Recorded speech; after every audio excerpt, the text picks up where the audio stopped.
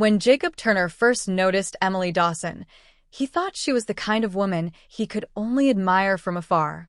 They had met during a mutual friends gathering at a coffee house in downtown Seattle, where the smell of roasted beans and fresh pastries filled the air. Emily walked in with an effortless grace, her brown hair tied loosely, a book clutched under her arm.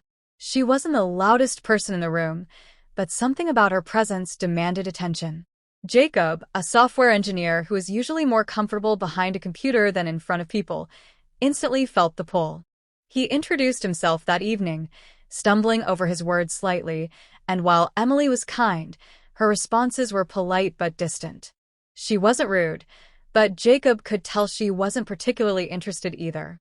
She smiled, nodded, and then went back to talking with her friends. For most men, that might have been the end of it.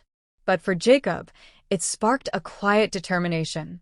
It wasn't about manipulation, nor was it about convincing someone to feel something they didn't want to feel. Jacob had always believed that connection wasn't about forcing attraction but about building respect, trust, and shared experiences. He wasn't out to trick Emily into liking him. Instead, he wanted to become the kind of person she might genuinely want to be around. Over the following weeks, Jacob saw Emily again in different circles. Their mutual friends often gathered for weekend hikes, trivia nights, or charity events. Each time, Jacob would say hello, never pressing too hard, never demanding attention, but simply being there. He listened more than he spoke, especially when Emily shared her thoughts about the world. She was passionate about teaching. She worked as an English teacher at a local high school, and her face would light up whenever she talked about her students. Jacob found himself drawn not just to her appearance but to her conviction, the way she wanted to make a difference. Emily, on the other hand, had put Jacob into the category of just another nice guy. She appreciated his friendliness, but she didn't think much beyond that. She had been through relationships before, some disappointing, others painful, and she wasn't in the mood to start something new. If anything, she had walls up, and Jacob could sense them. Instead of trying to break them down recklessly, he decided to simply show up consistently as himself. One autumn afternoon, their group planned a volunteer day at a local animal shelter.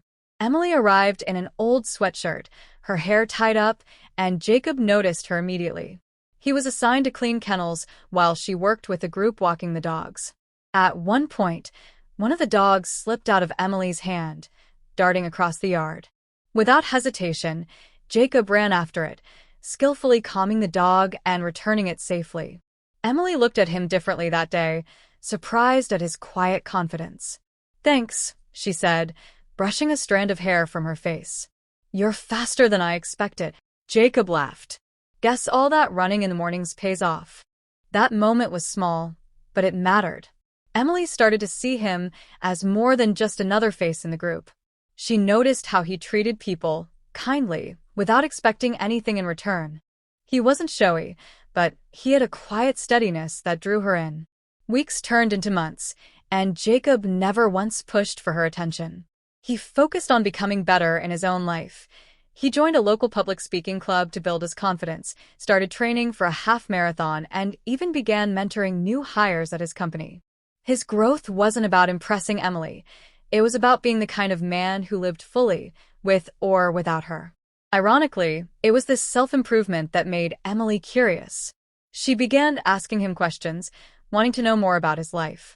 When she found out he had taken up painting in his free time, she was impressed. "I didn't know you were into art," she said one evening during a group dinner. "I'm not great at it," Jacob admitted, smiling. "But it's relaxing. It helps me clear my head after a long day." "I'd love to see your work sometime," Emily said, almost without thinking. Jacob nodded casually, hiding the little flicker of excitement in his chest. "Sure, whenever you'd like."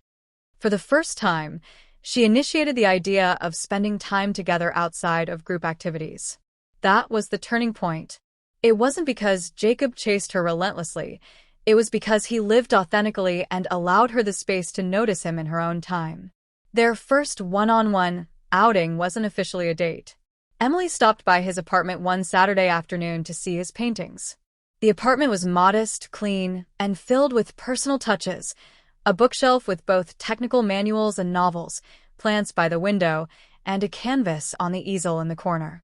Emily walked over to the canvas, tilting her head as she studied the strokes. "You're better than you think," she said softly. Jacob chuckled. "Or maybe you're just being nice." "I'm serious," Emily replied. She glanced at him then, her eyes lingering a little longer than usual. It wasn't love yet, but it was the beginning of something. Over the next few months, their bond grew naturally. They had long conversations about literature, life goals, and even past mistakes. Jacob listened without judgment, and Emily found herself opening up in ways she hadn't expected. He wasn't perfect, and he never pretended to be. But he was real. That mattered to her more than anything. When winter came, Jacob invited Emily to join him at the half marathon he had been training for. She stood in the crowd with a warm cup of coffee, cheering him on as he crossed the finish line. The pride in her eyes was unmistakable. Later that day, she admitted, "You make me want to try harder in my own life." "You inspire me, Jacob." He didn't need to hear anything else. For Jacob, that was more powerful than any confession of love. Inspiration was the seed of connection, and he knew they were on the right path. Eventually, Emily admitted she had misjudged him at first. "I thought you were just another nice guy. But you're more than that. You're consistent. You're patient. And you're the kind of person who makes the people around him better." Jacob smiled, his heart racing, but he answered calmly, "I never wanted to change your mind. I just wanted to be myself. I'm glad you see me now." By spring, they officially began dating, not out of pressure or persuasion, but out of mutual respect and genuine attraction that had grown over time. Jacob had shown that making someone want you isn't about tricks or manipulation. It's about being the kind of person who is worth wanting. Emily often reflected on it later. "You never forced anything. You just lived your life, and I realized I wanted to be part of it." And that became the foundation of their relationship, a partnership built on patience, authenticity, and the simple truth that the best way to make someone want you is to first become the best version of yourself.